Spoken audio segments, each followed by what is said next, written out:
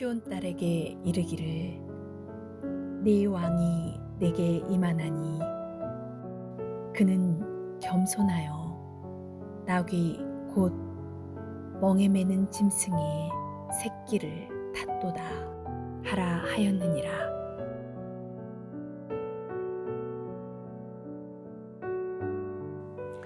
예수님은 나귀 새끼를 타고 예루살렘에 입성하셨습니다. 그 의미가 무엇일까요? 왜 예수님은 말이 아닌 나귀를 타셨을까요? 두 가지로 살펴봅니다. 첫째, 나귀 새끼를 타고 입성하시는 것은 예수님의 겸손함을 보여줍니다.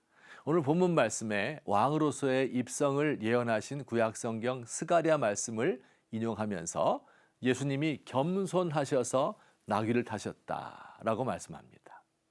우리는 역사적으로 겸손한 왕을 별로 본 적이 없습니다. 금칠한 가마를 타고 혹은 검은색 리무진을 타고 헬리콥터, 공군 1호기를 탄 통치자는 상상할 수 있지만 나귀를 탄 대통령, 왕은 상상할 수 없습니다.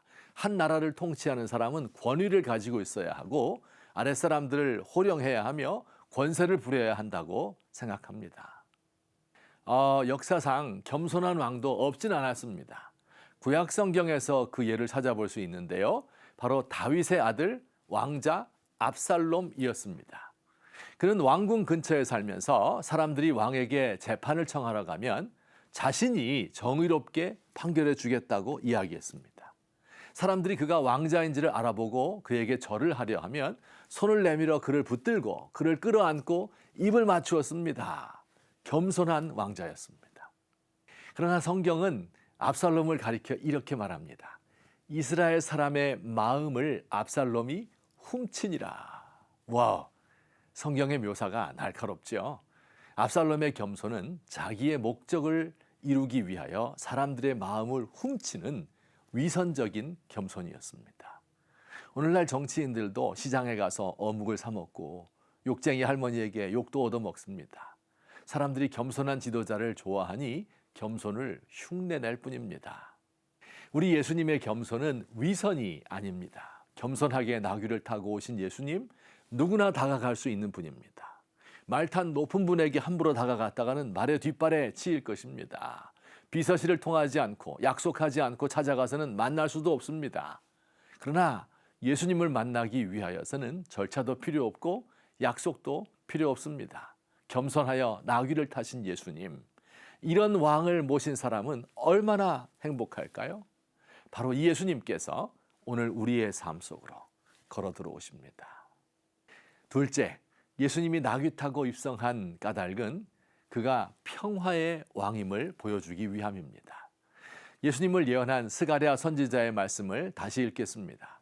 내가 에브라임의 병거와 예루살렘의 말을 끊겠고 전쟁하는 활도 끊으리니 그가 이방 사람에게 화평을 전할 것이요. 세상의 군왕들은 말을 탑니다. 말은 전쟁할 때 소용되는 탈 것입니다. 키가 큰 말 위에 올라 달리며 긴 칼을 휘둘러 사람을 죽이는 것이지요. 반면 나귀를 탄 사람은 싸움할 수가 없습니다. 나귀는 사람을 태우고 전장을 달릴 정도로 힘이 있지 않고요. 나귀를 타고 앉아도 그 키는 서 있는 사람 키밖에 안 됩니다. 전혀 위협이 될 수가 없습니다. 하물며 이제 갓 젖된 나귀의 새끼 위에 올라탄 사람이 무슨 전쟁을 하겠습니까?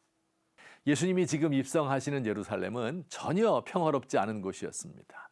본래 예루살렘은 평화의 터전 혹은 평화의 기초라는 의미를 가지고 있어요.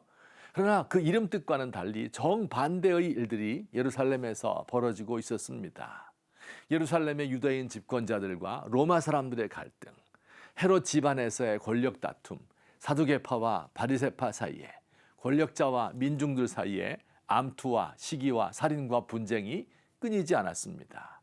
예수님도 평화가 없는 이 예루살렘을 보고 우실 정도였습니다.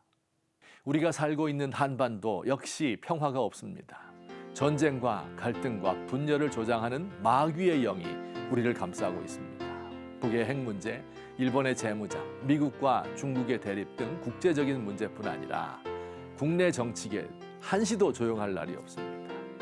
학교와 직장에서는 집단 따돌림이 성행하고 가정폭력과 데이트 폭력도 늘어나고 있습니다. 인터넷 댓글은 사람의 마음에 상처를 주고 죽음으로 몰아가기까지 합니다. 예수님이, 평화의 왕이신 예수님이 이런 세상으로 나귀를 타고 들어오십니다.